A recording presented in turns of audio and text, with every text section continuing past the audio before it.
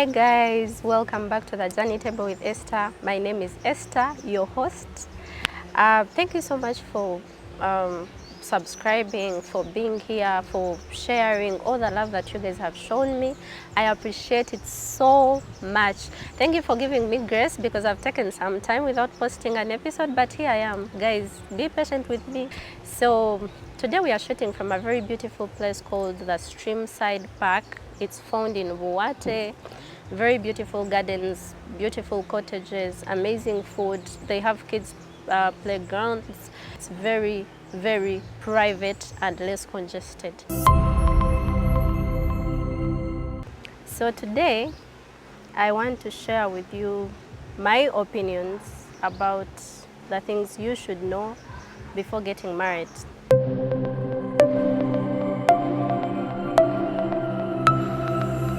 So number one, creating a personal relationship with God. You know, your friends are going to tell you things about your partner. They are going to make judgment because of what you have shared with them. But there are things that you don't know about your partner that you need to go to the Creator and, ask and, and He will give you clarity about very many things that you don't know about. So create a personal relationship with God in your relationship, about your relationship, and always talk to Him and ask Him about certain things that you maybe have no clue about. And I don't mean like through pastors or your prophets. I mean like a personal relationship where you go direct to Him. Point number two, guys, there is a reason why our parents used to make research about families they pick wives and husbands from, like for their children. So make research about your partner, like where they come from, the cultural differences, how they, treat people, or how, like their history, like try to find out about families. I feel like these days you just meet someone because you feel butterflies for them, you think that's it. You don't mind about the families they come from, you don't mind about the history, you don't mind about anything, and before you know it, it's catching up on you. To be honest, when you marry someone, you are marrying the entire family.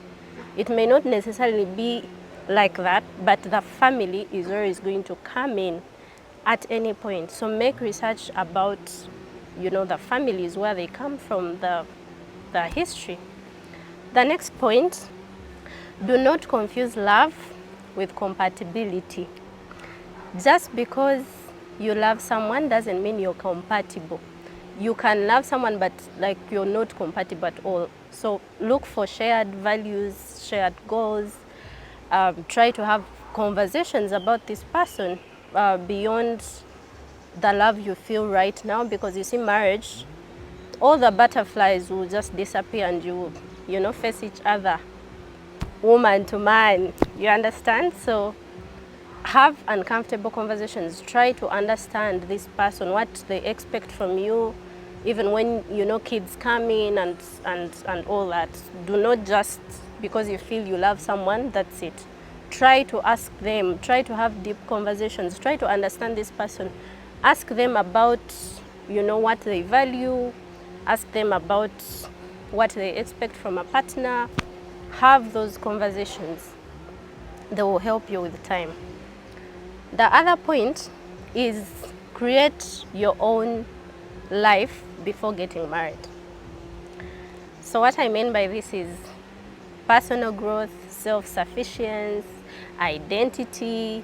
Try to, understand yourself, create your own world so that your partner and your kids will live in your world, not like the marriage being the entire world. So work on your financial independence. Try to set yourself up before getting into marriage, because it's going to help you. You see that the times we are in right now, you have to be up to something. If you dive into marriage before you prepare yourself, it can be very challenging, especially for women.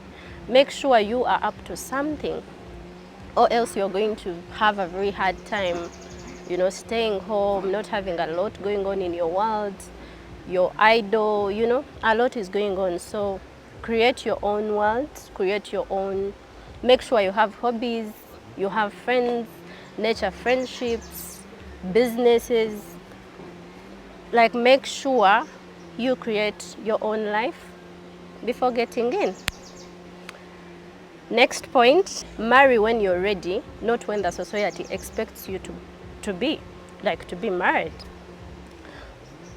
Do not marry just because you want to, your parents are asking for a partner. Do not marry because the society is telling you, oh, I think it's time to get married. Or because you see, marriage, after the white wedding and all that, everyone else goes back to their business. It's you and your partner.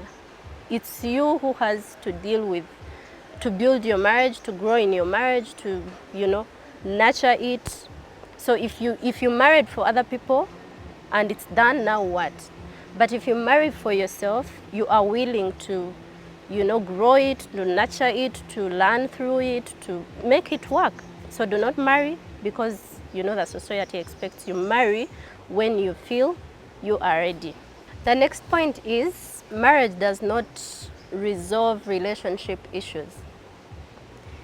If you have issues in your relationship, I would encourage you to first solve the issues before you get into marriage. Because if you ignore them and try to use marriage as a solution, they are going to surface in marriage. So make peace in the relationship, solve whatever issues that you have. Make sure that you start the marriage for different reasons, not to solve the issues, because that doesn't solve the relationship issues. You just carry them to marriage. The other point is, do not ignore the red flags, you people. I understand people change, people grow. Personally, I have grown, I have changed, but it's a process. So if you know that someone is, for example, likes to hang out and come back home late, that's the life they want, and you marry them in that phase of their life, you're going to have a very hard time trying to change them. You understand what I mean? So if that is a red flag to you, then do not ignore it. Make sure the red flag that you ignore is a red flag that you're willing to live with, because you don't know how long it's going to take someone to change or adjust or grow, outgrow it. So do not paint the red flags green. They only get worse in marriage.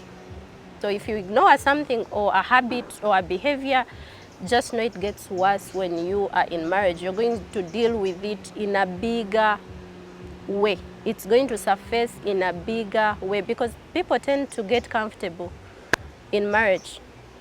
People tend to show themselves fully in marriage. In relationships, you're still trying to cover up, you're too blinded by love and the butterflies. But you see, with marriage, you're facing the real person for who they are. So if you ignore a red flag or like a habit you're not okay with, you're most likely going to deal with a bigger version of it in marriage. So do not, ignore. The other point, guys, is do not start your marriage on lies. Okay, there are those lies that you will go to the grave with, but there are those that can surface anytime, like the truth can come out. Lies of like having children or being married before, things that are going to, if they come out, they can affect your marriage or your relationship. Just be entirely honest about whatever it is. If you have kids, if you've been in marriage, I'm just giving an example of those, lies. But do not start your marriage on lies, guys. Just be entirely honest. If someone is meant for you, they're going to take the honest person that you are. Even if you become vulnerable with them, and they're going to love you for that, and the trust is not going to be broken. But you see the problem with lying, and then you're finally there, and the truth comes out, trust is entirely broken. And a marriage that doesn't have trust, it's a hassle. So do not start your marriage on lies. Be as honest as much as you can. Like, just, if there is anything that your partner has to know about, tell them, share about, the marriage you've been in, share about, those things that you think they should know about. Or if they reach out and ask you about it, do not lie. Just be honest about it, because if the truth ever comes out, it's going to be a problem. The next point, guys, you have to be willing to learn and grow with your partner. Let me tell you something that happens in marriage. When you get married and your partner is, growing and becoming better, and you're not growing at the same pace, it doesn't have to be like a competition, but I mean, you have to help your partner grow with you, because if you don't, goals are going to grow you, and at the time is going to reach where you outgrow each other. So you have to be willing to grow. You have to be willing to, learn, and you can't just stay in the same place, in the same position, doing the same things. You have to be willing to grow with your partner, and so that there has to be balance. If there is no balance in your growth, you're going to outgrow each other. The other point is prepare yourself, prepare your mind for change. Guys, bodies change, characters change. Okay, not character, but like as you get married, kids come in, there is going to be change. It doesn't have to be negative. It can be negative, it can be positive, but you have to prepare your mind.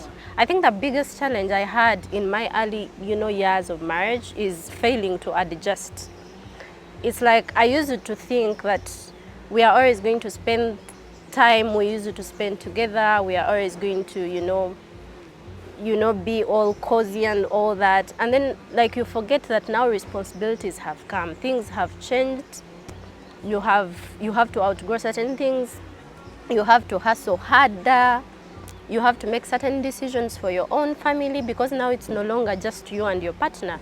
It's you and the kids and then the families, you understand? So there has to be changes. Sometimes it's negative, sometimes it's positive. So prepare your mind to adjust, prepare your mind to, change for that change, whether it's negative or positive. Just don't go in with a mindset of things are going to just stay the same. No, they can never stay the same, even if you wanted. You see, when kids come in, you have to play your role as a mother, and then the husband has to provide. Kwegamba, the pressure is, too much, so you have to adjust. Do not be stuck on, we used to spend this much time together, we used to do this and that, you used to do this for me, or else it's going to be a hassle for you. So prepare your mind for change and be willing to adjust with, whatever comes. And finally, for example, girls, you want successful men that are already made. So let me give you a tip. If you're marrying someone who is successful, who is actually self-made, leave alone this that, just gets a deal and they get the money. But I mean like someone who is self-made. Usually these people have very, very strong boundaries. So you have to make sure that you're going to match the energy. You cannot be comfortable. You cannot just not match up his energy. They're going to be bored. You have to learn. You have to expose yourself to some knowledge. You have to be willing to understand and grow. You have to also work hard. You have to show him that, you're worth, his success. You can't just be, maybe others are looking for, just the princess to be treated, but me, from my experience, what I've seen is you have to make sure you're willing to match the energy if you're marrying someone who is successful.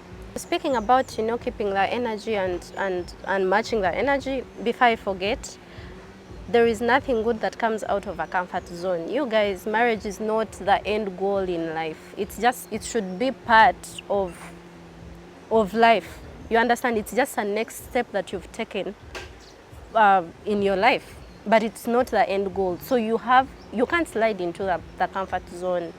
There is nothing that ever comes from a comfort zone. You have to be willing to, grow. You have to be willing to get out of the comfort zone. Take care of yourself, take care of your partner, like just do something for you to keep growing. Do not think that now because you're married, by the way, also marriage is work. You have to be willing to make it work. You don't just get married after the white wedding and you think you're done. No, actually the white wedding is just like 1% of marriage. You guys, the ring is just like the 1%. The real work is, you know, like after the wedding. So you can't slide into the comfort zone. You have to work for your marriage. You have to be willing to be patient. You have to be willing to understand. You have to be willing to, the same way you're taking care of yourself as a single person, make sure you proceed that, like continue with that energy. Take care of yourself even when you're in marriage, even when kids come in. Do not get in a comfort zone where you feel like, oh, nze maze, mfumbidwa, maze oba mpasiza, maze. No. When you get in a comfort zone, your marriage is most likely going to end. I swear, it's work.